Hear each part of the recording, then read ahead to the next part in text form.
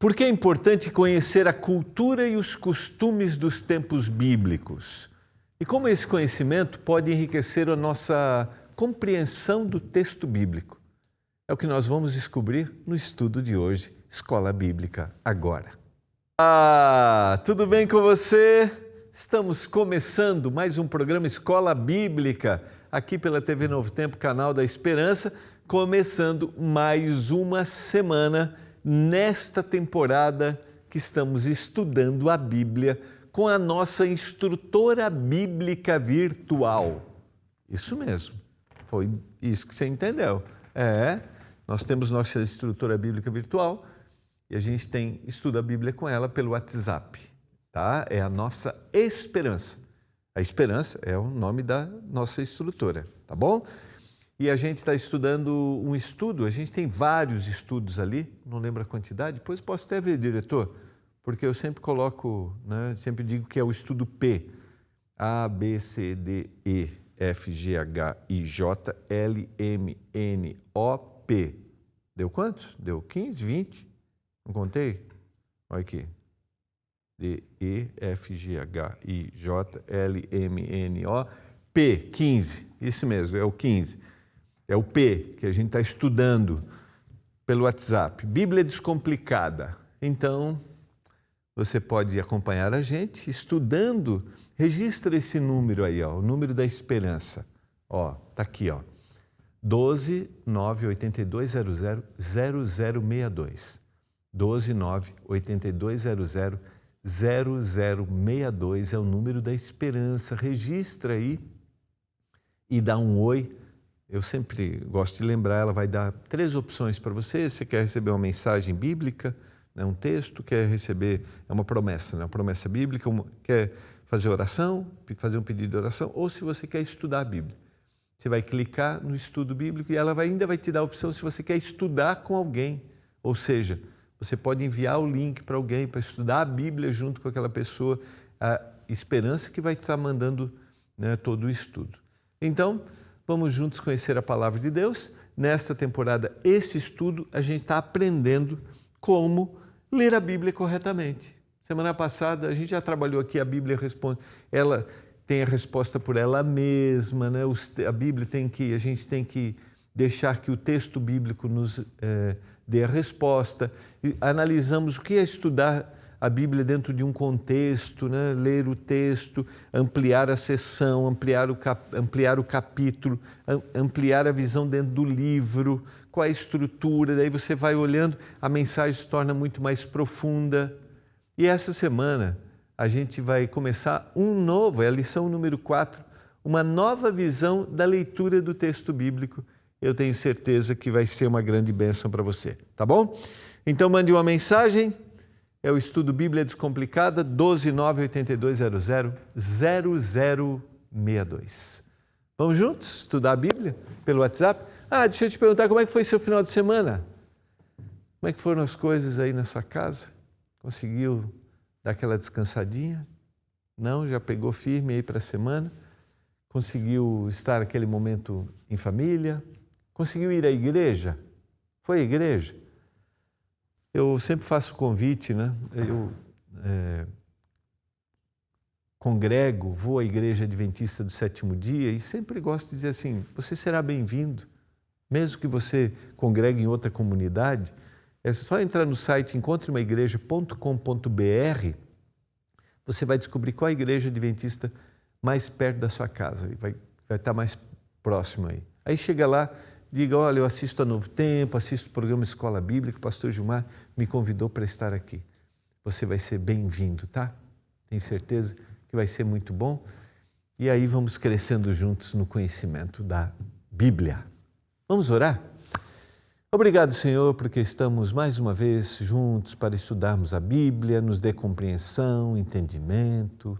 Se alguém está me assistindo e está desacreditado, já estudou, talvez não entende, está desanimado, talvez foi enganado, iludido, que o Senhor desperte o coração dele, o Espírito desperte para que ele volte para a Tua Palavra, para que ele seja impressionado e transformado pela Palavra. Eu clamo por isso em nome de Jesus. Amém. Vamos juntos? Eu quero dizer para você que a leitura da Bíblia não é uma leitura que vai nos trazer só informações. Lógico, a gente pode olhar tecnicamente, né? Mas a leitura da Bíblia vai nos conduzir a sermos impressionados por aquilo que é sobrenatural. E ao estudarmos essa semana um pouquinho mais, agora entendendo o contexto cultural, você pode dizer, pastor, está ficando difícil entender assim, mas você vai ver que isso é simples, é possível e hoje a gente tem muita facilidade para compreensão. Estamos estudando a Bíblia nessa temporada Bíblia Descomplicada e essa semana vamos conversar um pouquinho sobre culturas e costumes que devem ser considerados ao lermos o texto bíblico, a lição número 4, para que a gente não faça aplicações também equivocadas ou aquilo que era uma descrição de um costume da época, a gente não faça como prescrição, porque costumes, eles podem ser alterados, princípios que estão por trás de costumes, esses serão sempre preservados, mas costumes eles podem mudar e talvez aí seja um dos grandes desafios que a gente tem, porque às vezes, com medo de fazer o que é errado, nós pegamos com um costume que é uma descrição de um hábito que eles tinham e nós queremos preservar esse costume hoje. Por outro lado, como eu mencionei, princípios eles sempre serão preservados. Vamos conversar um pouquinho. E aí quero te trazer informações técnicas para que você entenda bem isso, tá? Nós já mencionamos aqui que a Bíblia foi escrita ao longo de mais ou menos 1.500 anos, do primeiro até o último livro. Mas por que essa informação ela é relevante para a gente? Quando a gente considera todo esse período, faz sentido que diferentes épocas, assim como diversas culturas, estejam relatadas no texto bíblico. Até porque a gente tem uma cultura bíblica judaica que viveu em ambientes de outras culturas, como da Babilônia, a gente vai ver isso, como do Império Romano, a gente vai ver isso, como da cultura grega, que traz uma influência até para a abordagem que o autor bíblico dá. E a gente vai perceber isso. E o autor bíblico quer orientar, como a gente deu um rápido exemplo na semana passada, quando a gente estudou 1 Coríntios 13, a respeito da visão ocidental sobre o que é o amor e da visão bíblica do que é o amor. A história bíblica não existe num vácuo, tá? Mas dentro de culturas estabelecidas, como eu mencionei. Tanto o antigo Israel como autores bíblicos tiveram contato com as religiões e com as culturas de outros povos.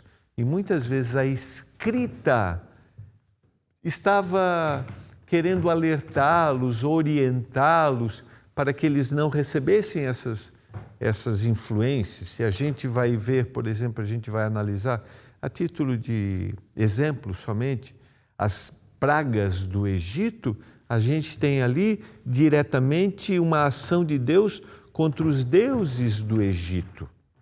Então, há uma influência? Há.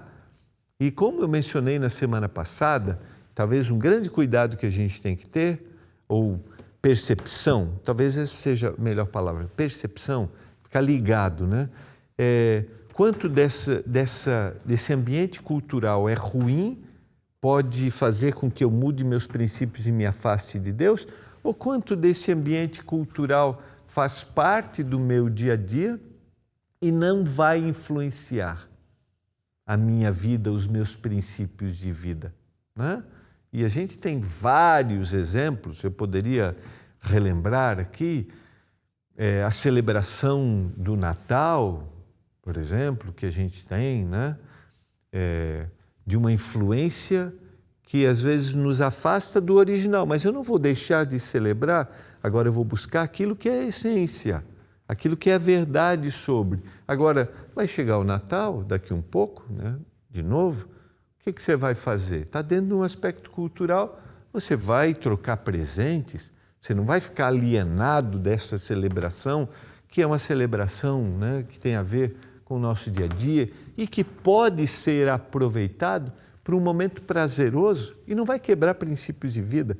E a gente poderia citar muitos destes, né, das questões culturais que a gente hoje faz parte, né?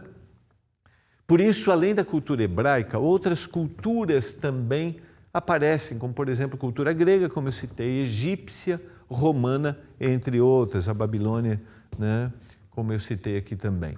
Conhecer o contexto cultural de um texto vai nos ajudar a fazer uma interpretação mais precisa e evitar mal-entendidos.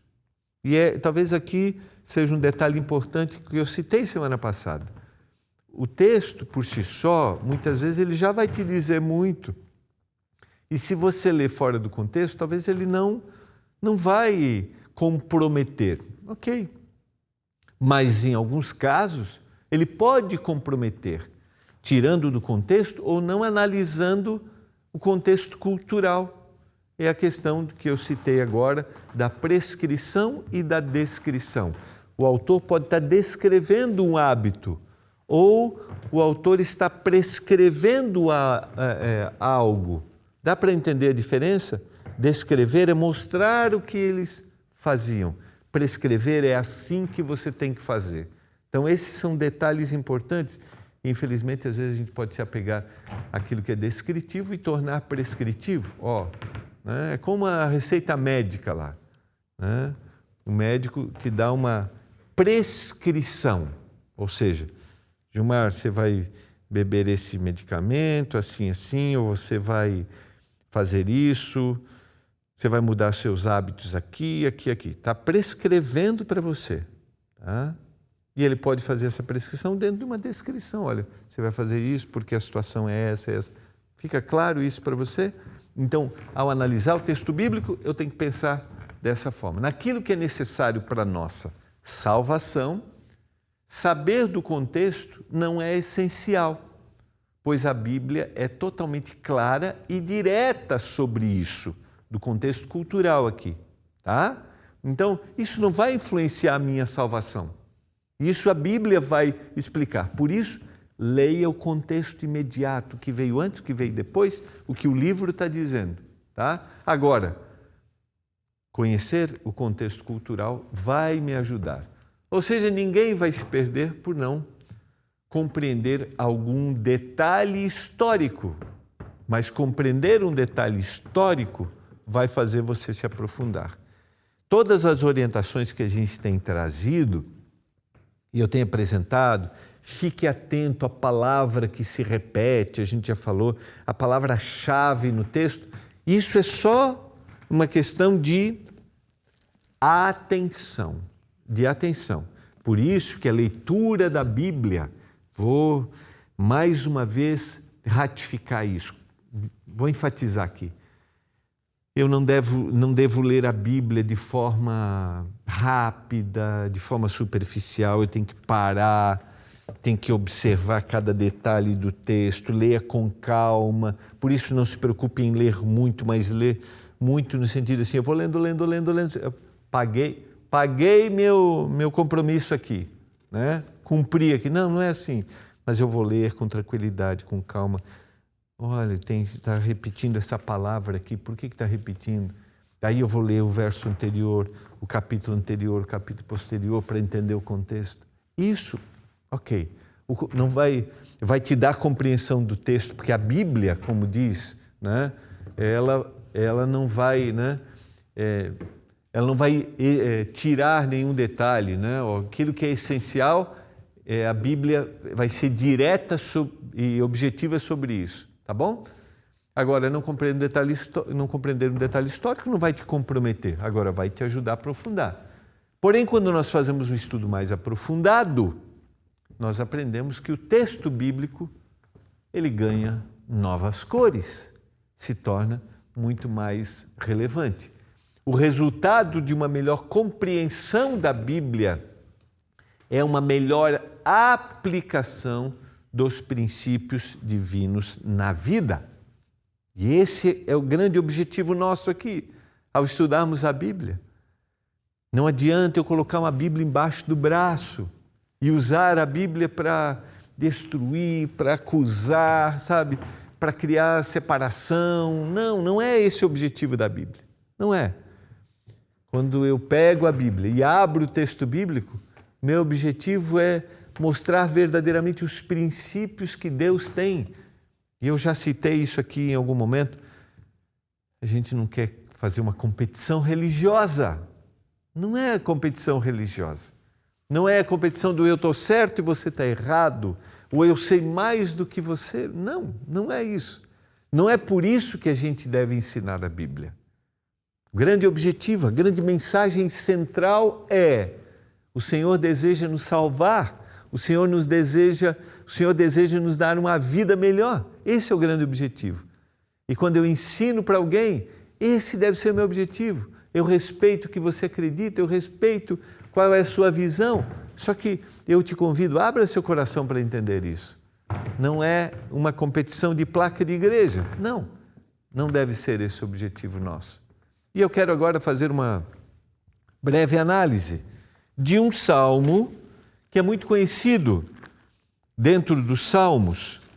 E a gente pode lembrar aqui que a estrutura literária dos salmos é poesia. Eu sempre gosto, eu gosto muito de enfatizar o gênero literário. Então, estou lendo uma poesia diferente da poesia da minha língua, da minha origem, que é em rima, forma de rima. É uma poesia que as ideias se complementam, se contrastam. Esse é o objetivo da poesia.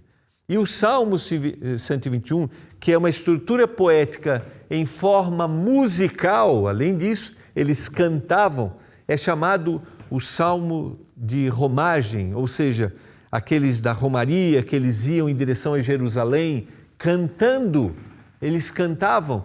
E esta união de cânticos, do louvor, que eles tornava o povo mais ligado no propósito de Deus para a vida e entre eles também.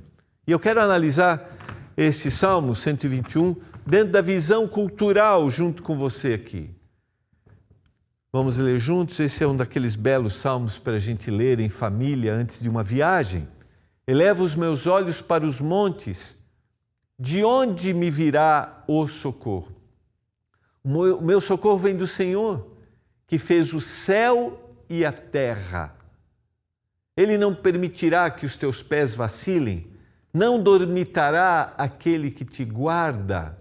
É certo que não dormita e nem dorme o guarda de Israel. O Senhor é quem te guarda, o Senhor é a tua sombra, o Senhor é a tua direita.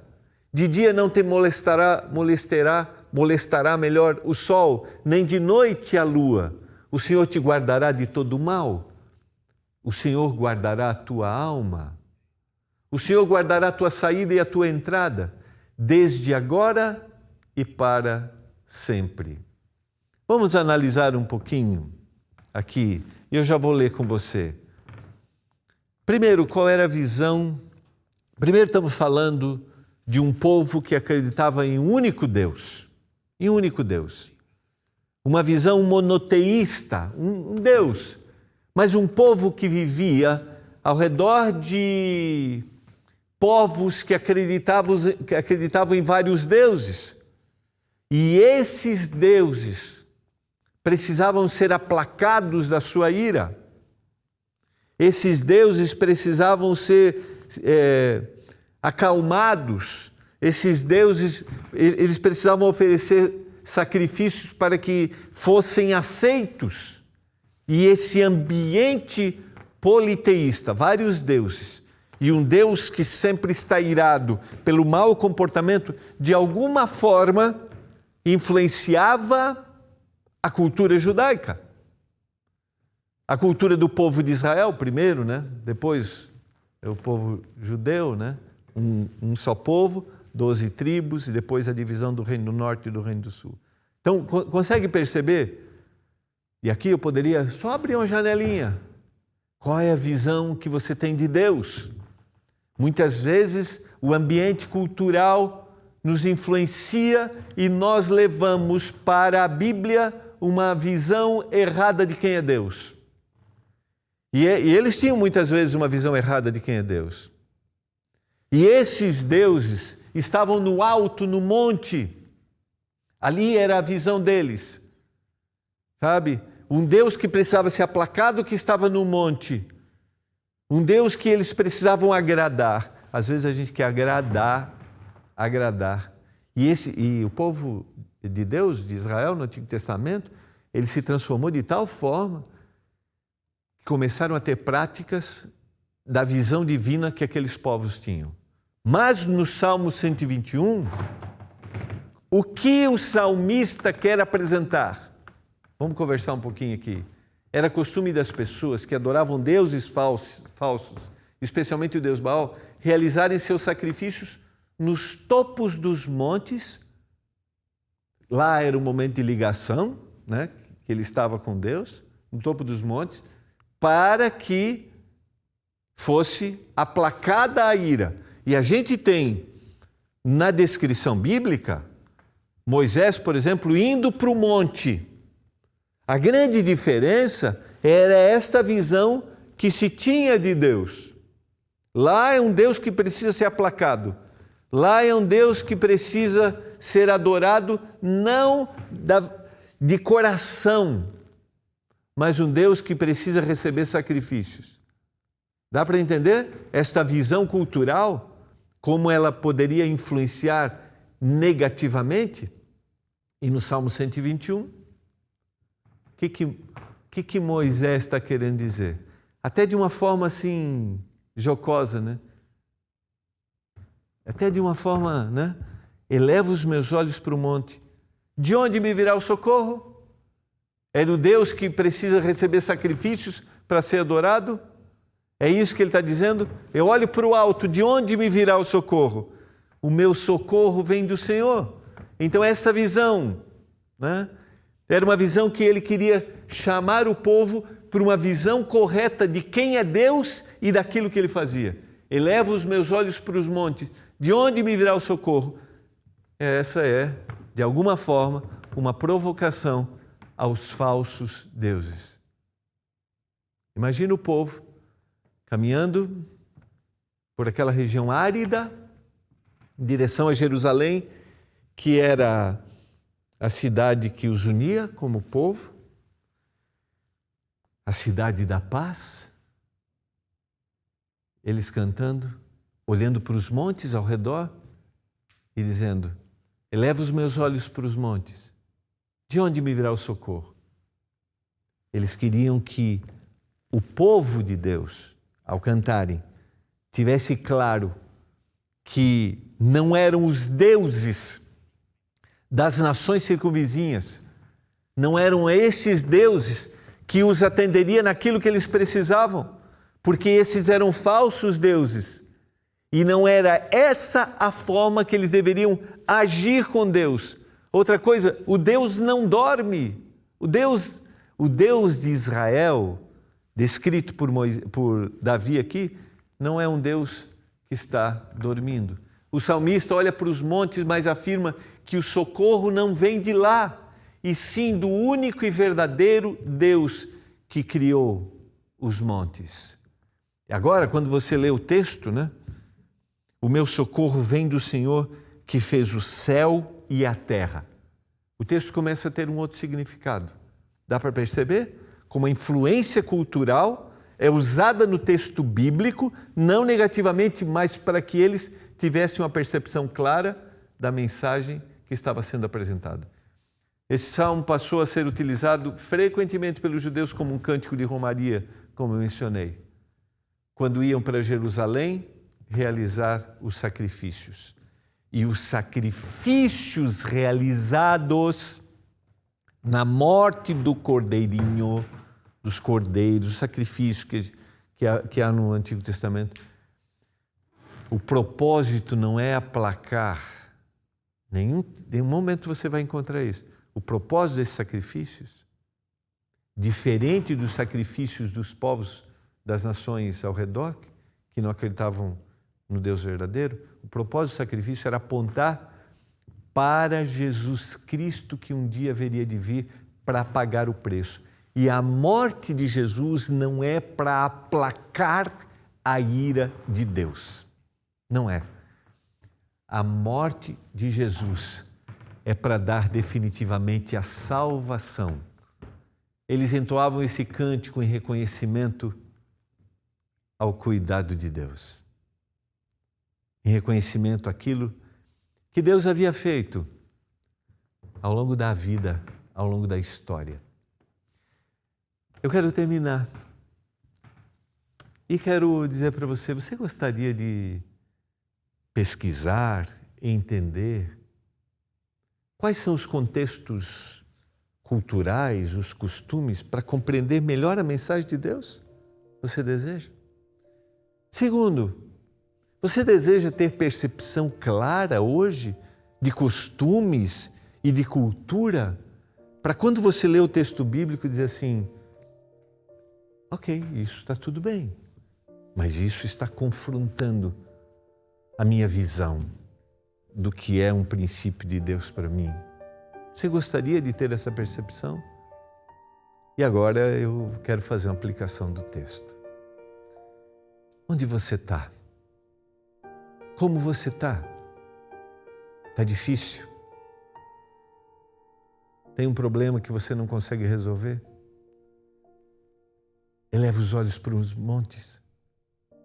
Sabe de onde vai vir o socorro? Eleva o olhar para o alto. O socorro vai vir do Senhor que fez os céus e a terra. Aquele que não dorme, aquele que te guarda. Creia nisso. Creia nisso. Não há nada neste mundo que pode nos dar libertação ou segurança, a não ser o Senhor. Eu quero orar por isso nesse momento, para que o Senhor nos dê sensibilidade ao lermos o texto, que a gente pesquise, se aprofunde e que assim a gente seja mais impactado por Sua palavra. Muito obrigado, Senhor, porque o Senhor nos dá hoje a oportunidade para a gente entender ainda mais o texto bíblico. Obrigado pela mensagem do Salmo 121. Obrigado porque o socorro vem do Senhor. Obrigado porque o Senhor cuida de nós e o Senhor está do nosso lado sempre.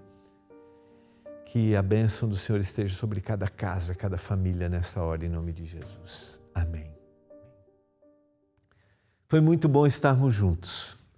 Quero lembrar a você que você pode estudar a Bíblia com a gente através da nossa estrutura bíblica virtual Esperança. Registre esse número aí, manda uma mensagem agora, 12982000062. E vamos estudar a Bíblia juntos nessa temporada pelo WhatsApp. O estudo é o estudo P, Bíblia Descomplicada. E a gente se vê amanhã aqui no canal da Esperança.